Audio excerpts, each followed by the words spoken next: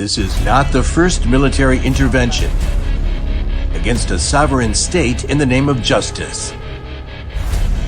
They try to impose their model on others, inevitably bringing death, destruction,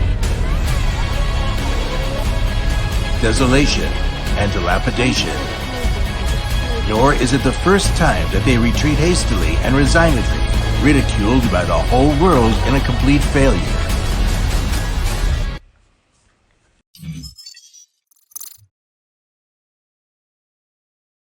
Good afternoon. On my orders, the United States military has begun strikes.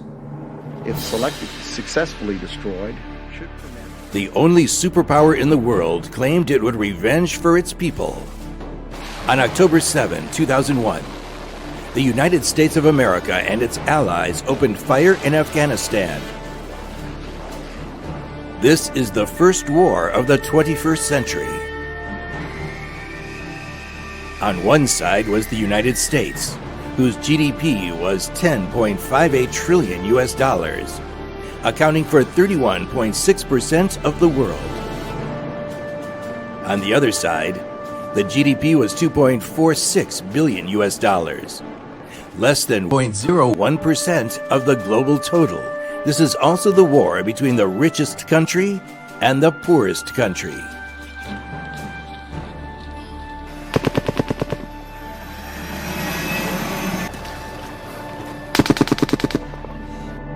First, it was the Special Operations Force Squad who infiltrated quietly.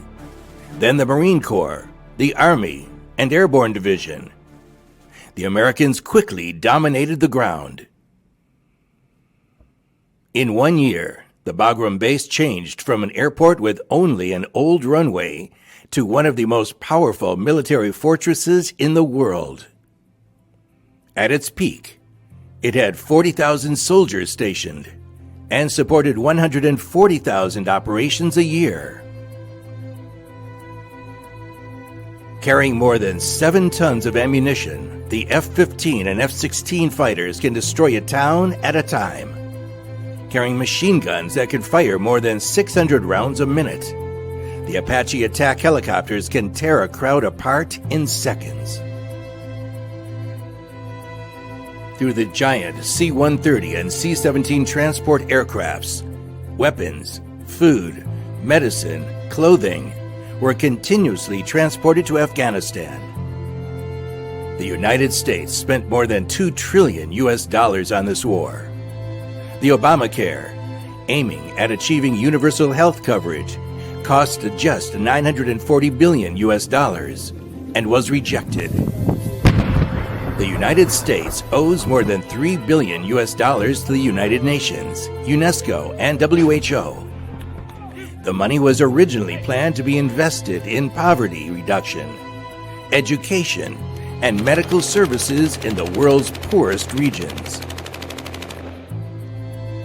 The frontline operational bases, like the fortresses established by the ancient Roman army in Germania, were spread over the barren land of Afghanistan.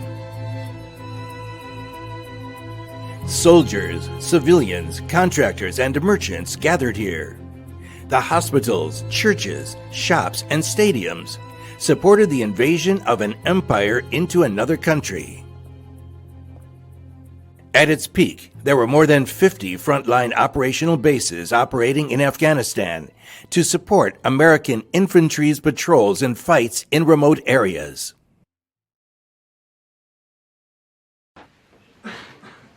The Taliban seemed to be routed overnight, but they had never been completely eliminated. They just left Afghanistan or hid in the countryside. After a firefight, they killed Osama bin Laden. Bin Laden also left Afghanistan and was killed. Omar died, and his successor, Mansour, was also killed by the Americans. The transition in which we are going to be turning over responsibility for Afghan security to the Afghans. Obama once said that the Americans would leave, but he increased the American army in Afghanistan. In any case, over 20 years, more than 7,000 days and nights. The firefight had never stopped. And it became a war between the army and the civilians.